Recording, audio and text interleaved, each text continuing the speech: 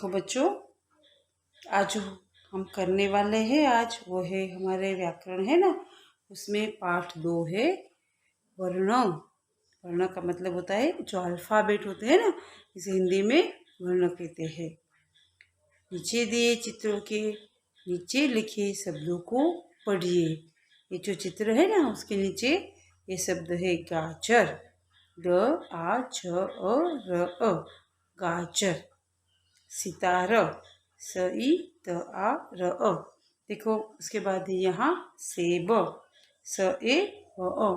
तो यहाँ में क्या समझा गया है कि ये गाजर है, तो यहाँ ग है, वो ग के साथ आ की मात्रा है G-A-J-R, गाजर। स इसके साथ छोटी की मात्रा सितारा। स इसके साथ एक ही मात्रा सेब। गाजर, सितार और शब्द गाजर, सितार और सेब शब्द कई ध्वनियों से मिलकर बने हैं। इन ध्वनियों को वर्ण या अक्षर कहते हैं। ये जो सब ध्वनियों से बने हैं ना, ये जो शब्द है वो, तो उसे कहते हैं वर्ण, अथवा तो या हम कहते हैं उसे अक्षर। बच्चों, वर्ण भाषा की सबसे छोटी इकाई है जिसे तोड़ा नहीं जा सकता। ग, स, प, फ, ब, भ, अ, आ, वो सब क्या है? वर्ण भाषा की सबसे छोटी इकाई। उसके 2 भाग अब नहीं कर सकते।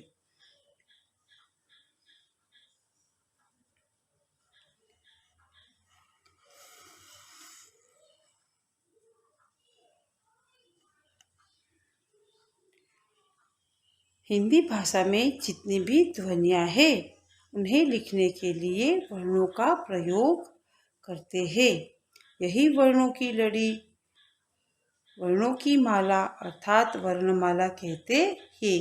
ये जो सब वर्णों की लड़ी होती है उसकी हार होती है, उसे क्या कहते हैं? वर्णमाला। हिंदी में वर्ण 2 प्रकार के होते हैं। हिंदी में 2 प्रकार के वर्ण होते हैं। कौन कौन से? देखो, वर्ण के भेद यहाँ है। कौन कौन से है? एक है स्वर और दूसरा है व्यंजन। अ, आ, ई, उ, रे, ए, ऐ, ओ, औ। तो ये सब है, वो है सब स्वर। क्या है ये सब? स्वर। और दूसरा है व्यंजन।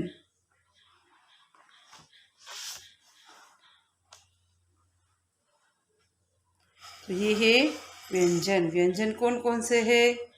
ये है क, ख, ग। ये जो सब है ना, पूरे के पूरा जो वर्ण है ना, वर्णमाला, तो ये है स्वर, ये है व्यंजन। अ, आ, ई, वो है स्वर। तो देखो ये क, ख, ग, घ, न, च, छ, झ, ज, य, ट, ठ, ड, ढ, ण, त, थ, द, ध, न, प, फ, ब, भ, म, य, र, ल, व, श, श, स, ह। तो ये सब है ना, वो है व्यंजन, संयुक्त व्यंजन।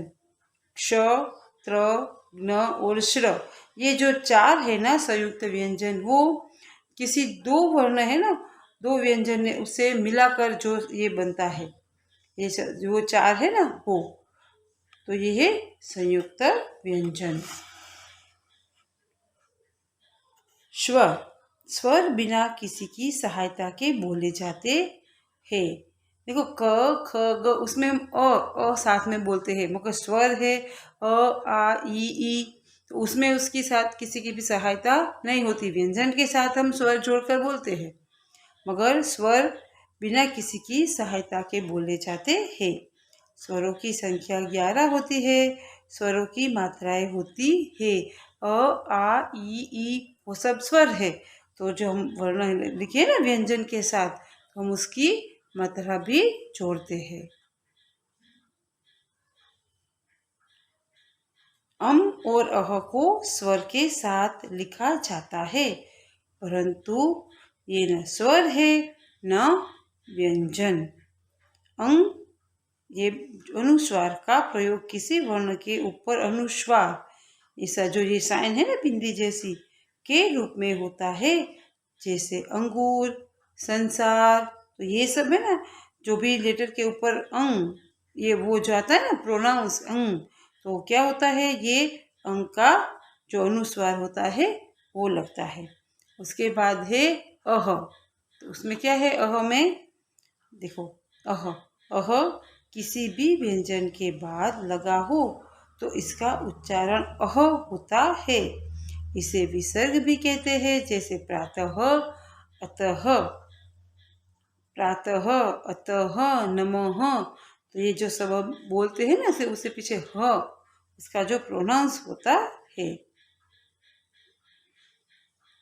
व्यंजन, व्यंजन स्वरों की सहायता से बोले जाते हैं। इनकी संख्या 33 है, 33 है। व्यंजन को स्वरों की सहायता के बिना बोला नहीं जा सकता। यह दर्शाने के लिए व्यंजन के नीचे एक तिरछी रेखा, देखो ये जो साइन है ना, लगा दी जाती है, जिसे हलंत कहते हैं। इसे क्या कहते हैं, हलंत। जब जो स्वर है ना, वो अलग होते हैं, स्वर के उसमें कोई मात्रा नहीं लगती, मगर स्वर की मात्रा है वो व्यंजन के साथ लगती है।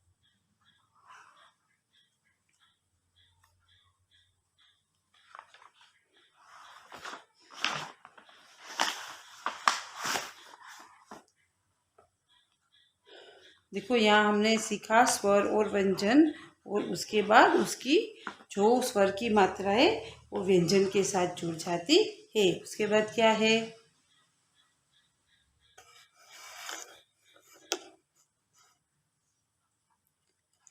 व्यंजन के नीचे तिरछी रेखा हलंत नहीं है, तो समझ लेना चाहिए इसमें कोई स्वर जुड़ा है। यदि हलंत लगा है तो उसमें कोई स्वर नहीं जुड़ा है।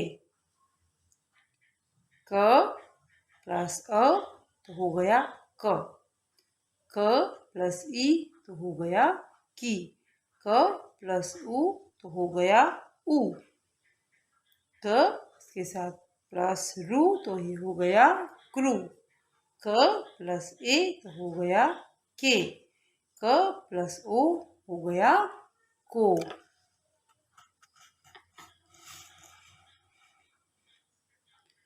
व्यंजनों के साथ स्वरों के जो चिन्ह होते हैं उन्हें मात्रा कहते हैं।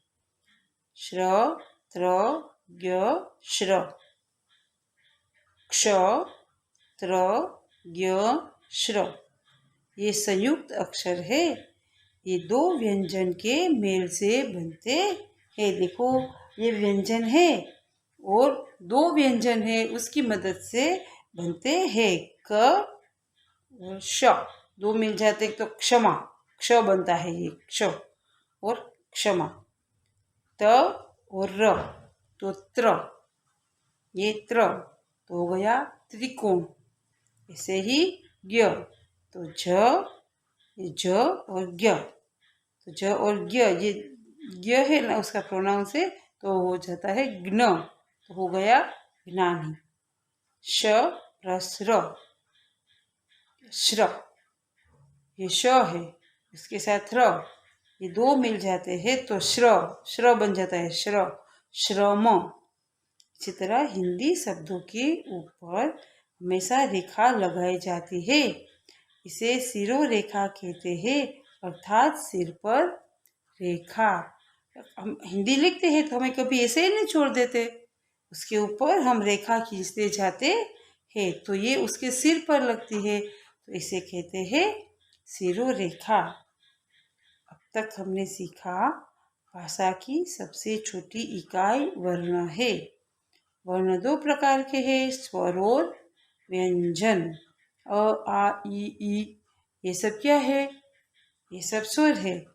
क, ख, ग, घ, ये सब क्या है, ये सब व्यंजन है।